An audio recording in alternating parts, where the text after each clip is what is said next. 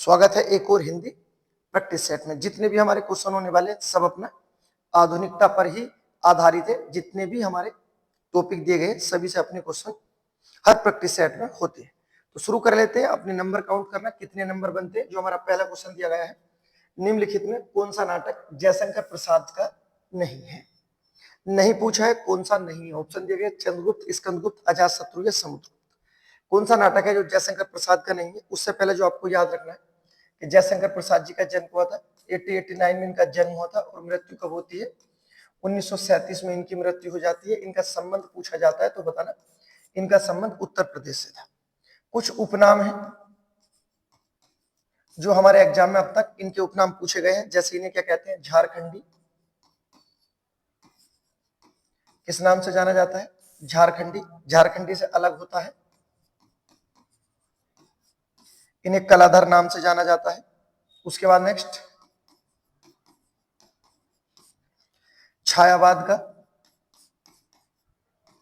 जनक बोला जाता है और इन्हें छायावाद का ब्रह्मा भी बोला जाता है। अन्य उपनाम जो बहुत महत्वपूर्ण है आपको याद रखना, आधुनिक कविता के सुमेरु। आधुनिक कविता के सुमेरु, ठीक है। इनके महत्वपूर्ण नाम है, आपको याद रखना है। झारखंडी, कलाधर, छायावाद का जनक और आधुनिक कविता के सुमेरु किसके नाम है, जयशंकर प्रसाद जी के नाम है। अब बात कर लेते कौन सा नाटक इनका नहीं है, तो याद रखना ऑप्शन नंबर जो डी दिया गया है समुद्रगुप्त, ये इनका नाटक नहीं है। जबकि चंद्रगुप्त, स्कंदगुप्त और अजातशत्रु जो दिए गए हैं इनके महत्वपूर्ण नाटक है। इनसे अलग इनके नाटक जो हमारे एग्जाम में पूछे गए, याद रखना आपको, जैसे पूछा गया है एक घूंट। उसके बाद नेक्स्ट सज्जन, एक घूंट सज्जन। उसके बाद नेक्स्ट पत्थर की पुकार, महत्वपूर्ण नाटक है। उसके बाद नेक्स्ट विशाखा, सलीम, तानसेन, सिकंदर की शपथ, सिकंदर की शपथ बहुत महत्वपूर्ण है, याद रखना।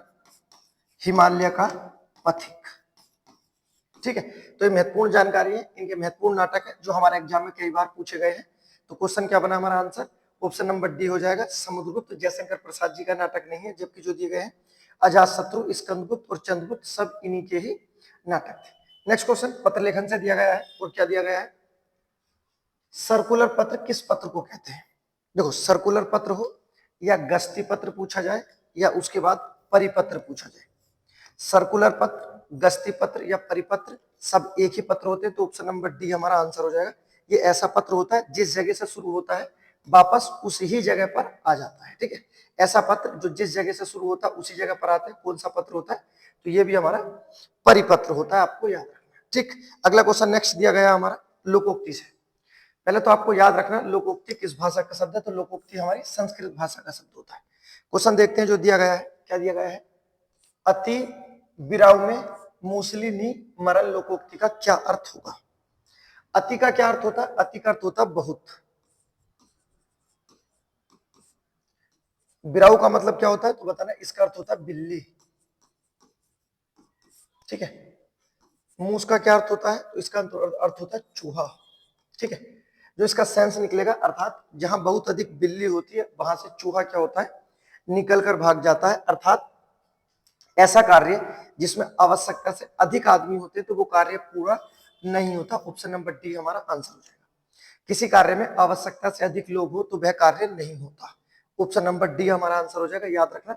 अति विराव में मूस नीमरण, ठीक। ऑप्शन नंबर डी हमारा आंसर हो जाएगा। उसके बाद देखते हैं नेक्स्ट, ब्राह्मचिन्ह से क्वेश्चन पूछा गया है और कौन सा ब्राह्मचिन्ह है ये हमसे पूछा गया है, बताइए। तो ये जो ब्राह्मचिन्ह दिया गया है ये क्या होता है हमारा, उद्धरण ब्राह्मचिन्ह होता है। ऑप्शन नंबर बी हमारा आंसर हो जाएगा। लेकिन उद्धरण ब्राह्मचिन्ह जो होते हैं इसके प्रकार पूछे जाते हैं, आपको याद रखना। कितने प्रकार होते हैं इसके, तो दो प्रकार होते हैं। कौन कौन से, तो बताना। एक होता है इकहरा उद्धरण चिन्ह और दूसरा होता है दुहेरा उद्धरण चिन्ह।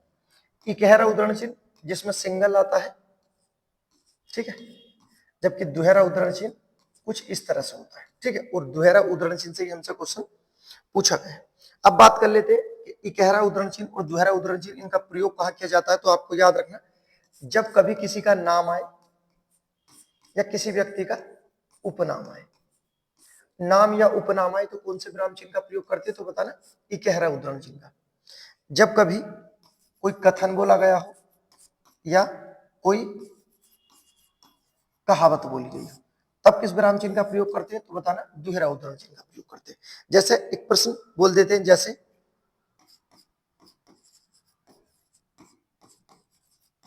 गांधी जी महान व्यक्ति थे, ठीक है। तो सिर्फ यहां नाम आया है, और नाम आया है तो कौन सा हो जाएगा हमारा, इकहरा उद्धरण चिन्ह हो जाएगा। क्लियर है। उसके बाद नेक्स्ट अगला इसी में देखना, गांधी जी ने कहा भारत छोड़, ठीक है। तो ये क्या हुआ, कथन है, तो ये कहां जाएगा हमारा, ये दुहेरे उद्धरण चिन्ह में आ जाएगा। उम्मीद करता हूं जो उद्धरण चिन्ह से क्वेश्चन बनते हैं इकहरे उद्धरण चिन्ह से और दुहेरे उद्धरण चिन्ह से, ये आपकी समझ में आया होगा कि इकहरा कहां होता है, नाम और उपनाम के साथ, और दुहेरा कहां आता है, तो बताना कथनों और कहावतों के साथ, ठीक। तो ऑप्शन नंबर क्या हुआ हमारा, बी हमारा इस आंसर का, इस क्वेश्चन का आंसर था। नेक्स्ट अगला क्वेश्चन देखते हैं, क्वेश्चन नंबर 5। क्वेश्चन नंबर 5 दिया गया, तद्भव का चयन करना, कौन सा हमारा तद्भव शब्द है, बताइए। तद्भव शब्द है, बताना, हस्त, हस्ती, हींग या हीरक। तो जो दिया गया है हींग हमारा तद्भव शब्द है। हींग क्या है हमारा, तद्भव है, तो इसका तत्सम क्या होगा, तो तत्सम होता है हिंगू। हिंगू क्या हो जाएगा हमारा, तत्सम, जबकि हींग क्या है, तद्भव है। क्लियर है, याद रखना। उसके बाद देखते हैं नेक्स्ट, ऐसा शब्द जो हमारा विकारी हो, अर्थात जिस शब्द में विकार उत्पन्न हो जाए, कौन सा हमारा शब्द है जिसमें बदलाव कर दिया जाए। जैसे आज शब्द है, आप न इसमें लिंग बदल सकते हैं, न वचन बदल सकते हैं, इधर में न लिंग बदलेगा, न वचन, ना ही परंतु में, तो कौन सा हो जाएगा हमारा विकारी शब्द, क्या हो जाएगा, लड़का विकारी शब्द है, ठीक है। इसका बहुवचन भी बनाया जा सकता है और इसका जेंडर भी चेंज किया जा सकता है, ठीक। तो विकारी शब्द ऐसे होते हैं जिन शब्दों में क्या किया जाए, बदलाव कर दिया जाए। अगला शब्द नेक्स्ट, बहुत आसान क्वेश्चन है, बस आपको थोड़ा सा समझना है। और क्या दिया गया है इसमें, ओला में संज्ञा पूछी है। जो ओला शब्द है हमारा, इसमें कौन सी संज्ञा होने वाली है, व्यक्तिवाचक, जातिवाचक, द्रव्य। ओला जो होता है क्या द्रव पदार्थ में होता है या समूहवाचक है, बताइए।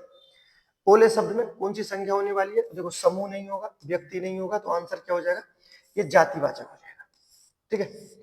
ओला में पूछी जाए कौन सी संज्ञा होगी, तो बताना जातिवाचक होगी। ऐसा क्यों होगा, तो याद रखना, जब कभी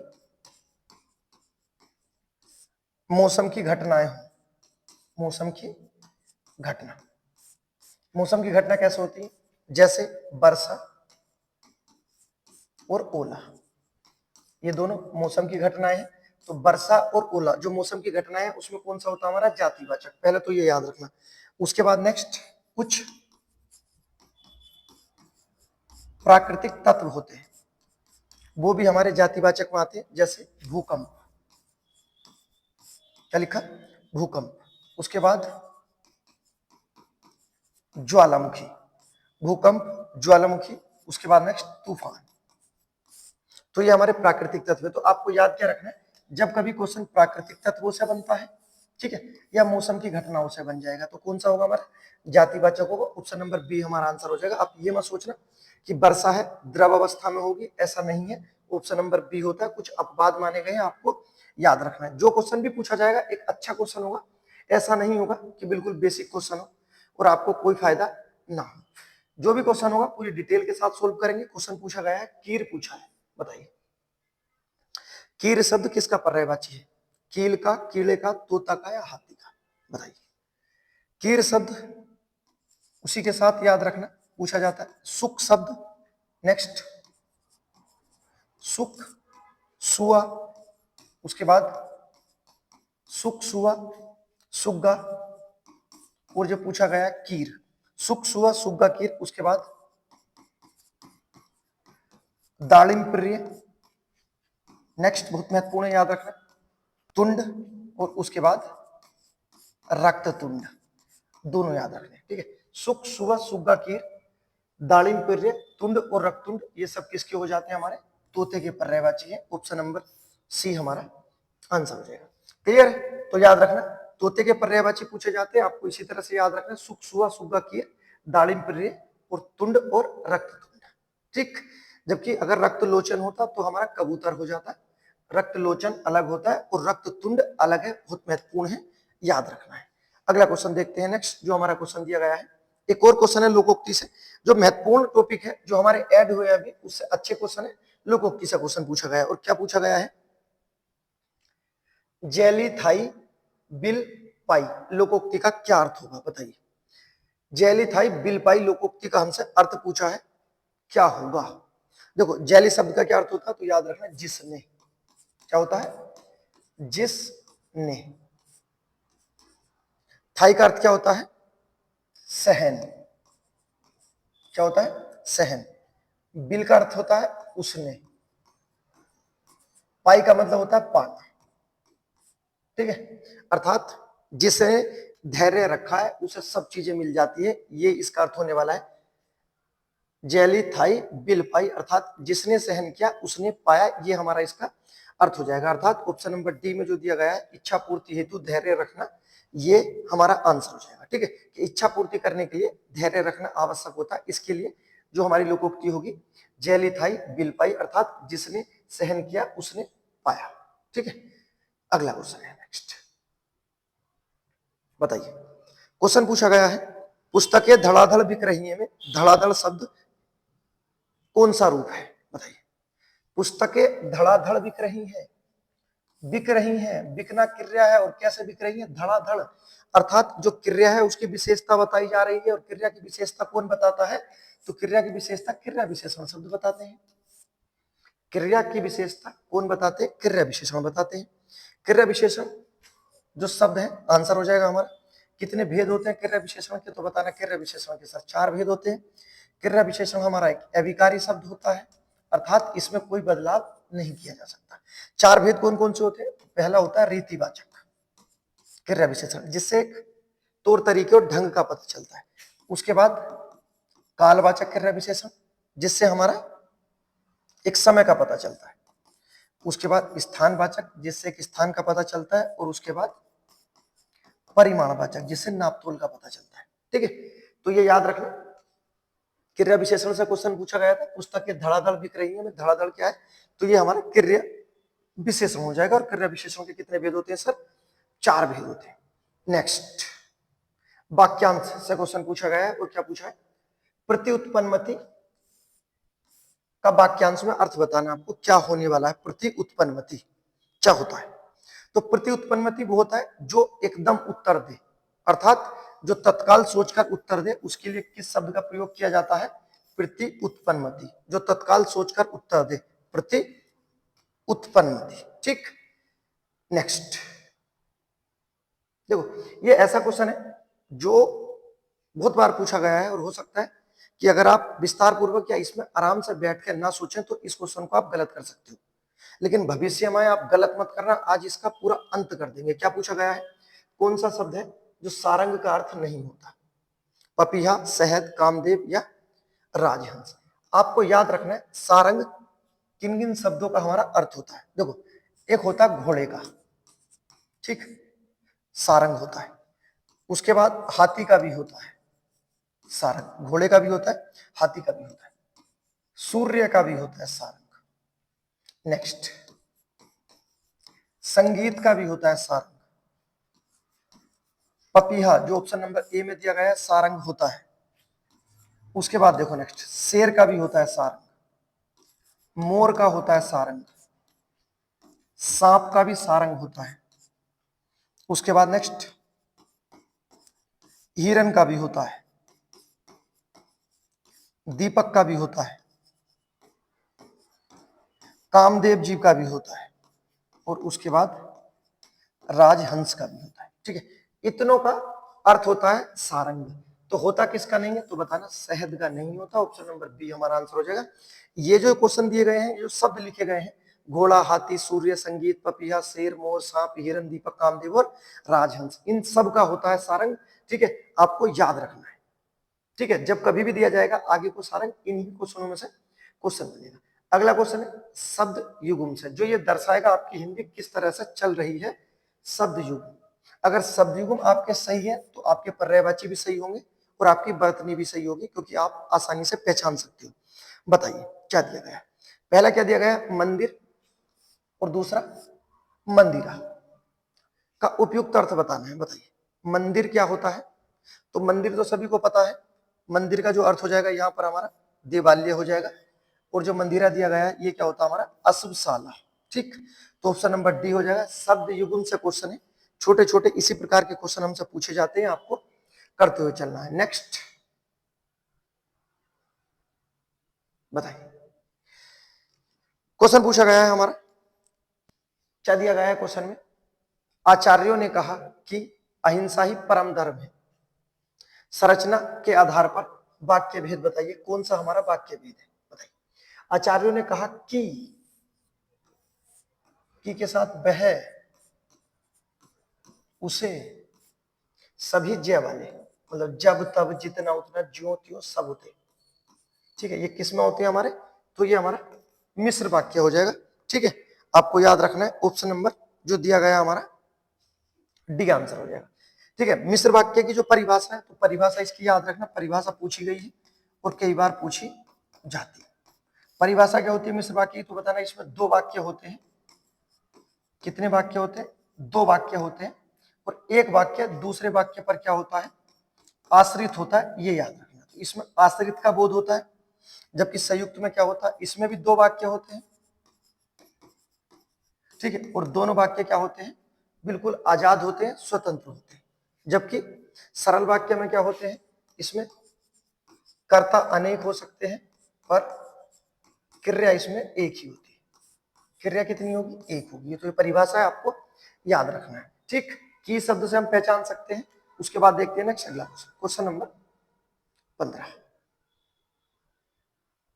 बताइए, अच्छा क्वेश्चन है, अगर विशेषण अच्छे से होंगे तो आप इसे करके ले जाओगे, वरना बीच में फंस भी सकते हैं। ठीक है, क्वेश्चन क्या दिया गया है, उत्कृष्ट कला संवेदनशील मनुष्य का निर्माण करती है। उपयुक्त वाक्य में कितने विशेषण हैं और कितने विशेष्य हैं। बताइए, क्वेश्चन पूछा कितने विशेषण और कितने विशेष्य। पहला देखो क्या दिया गया है, शब्द दिया गया है कला।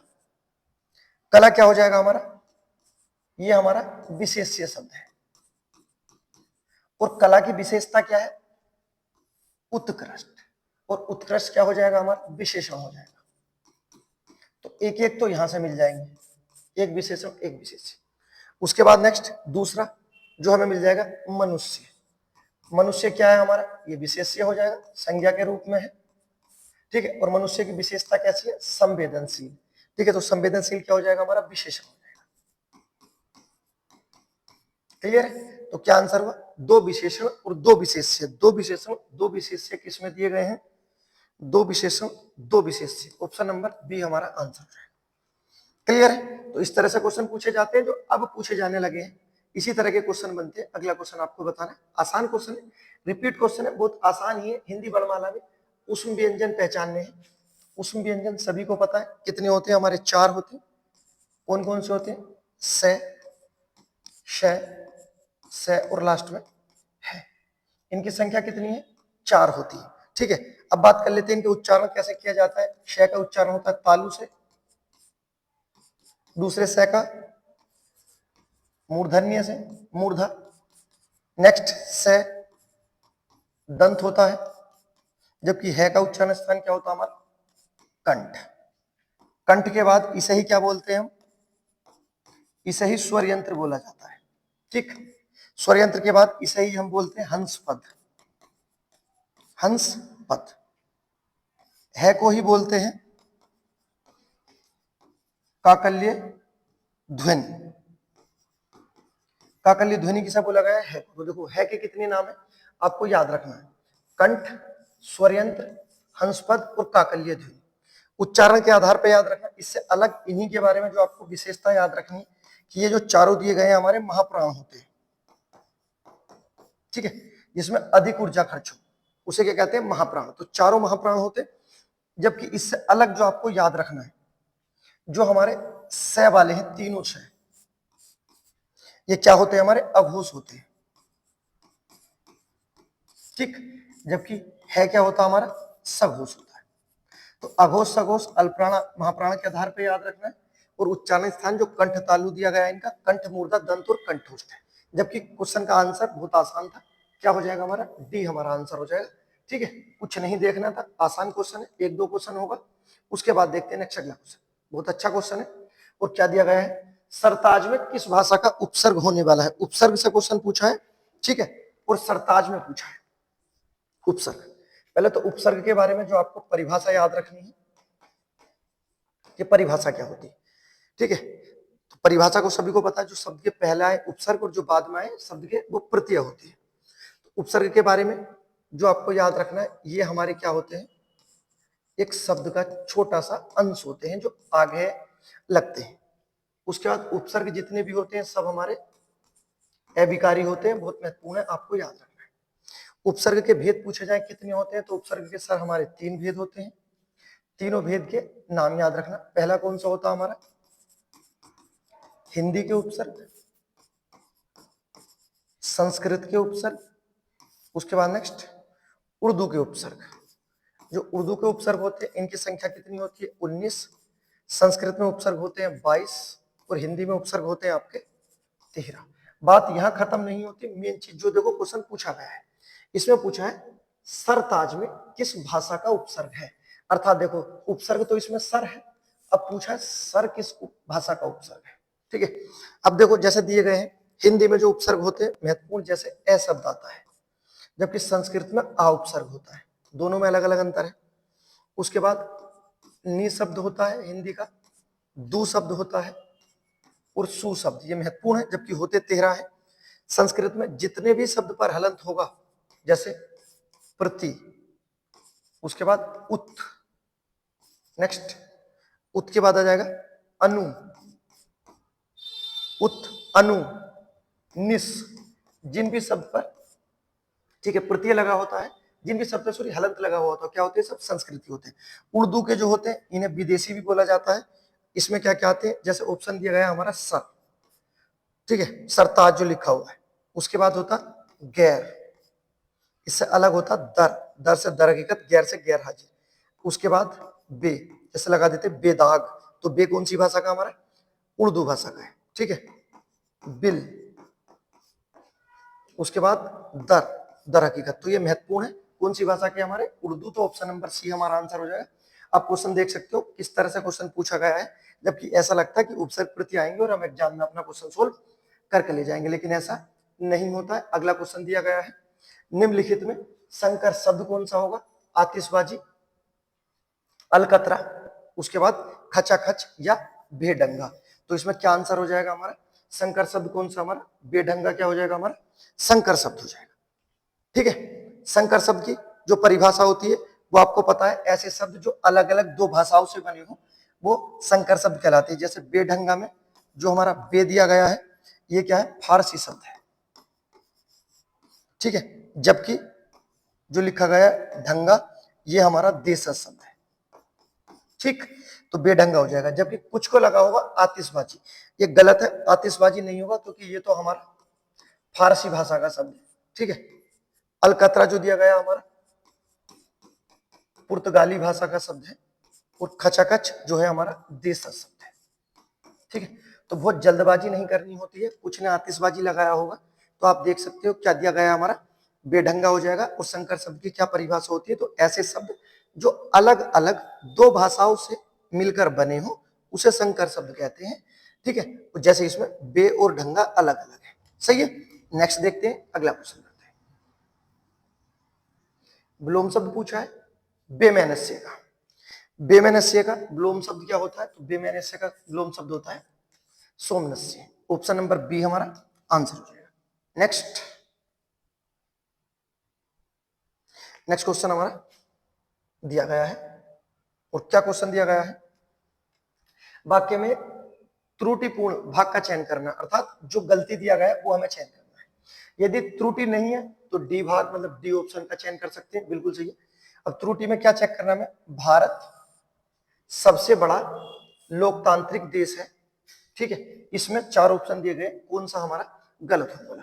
ये क्वेश्चन आया हुआ है, जितने भी क्वेश्चन है हमारे सब उत्तर प्रदेश, मध्य प्रदेश, ठीक है, जितने भी हमारे हिंदी भाषी राज्य हैं सब में क्वेश्चन पूछे गए हैं, ठीक है। बताइए, ये हमारा लास्ट क्वेश्चन है और इसका आंसर आपको देना है। अगर वीडियो पसंद आई तो मिलते हैं एक और जोरदार वीडियो में, तब तक के लिए गुड बाय।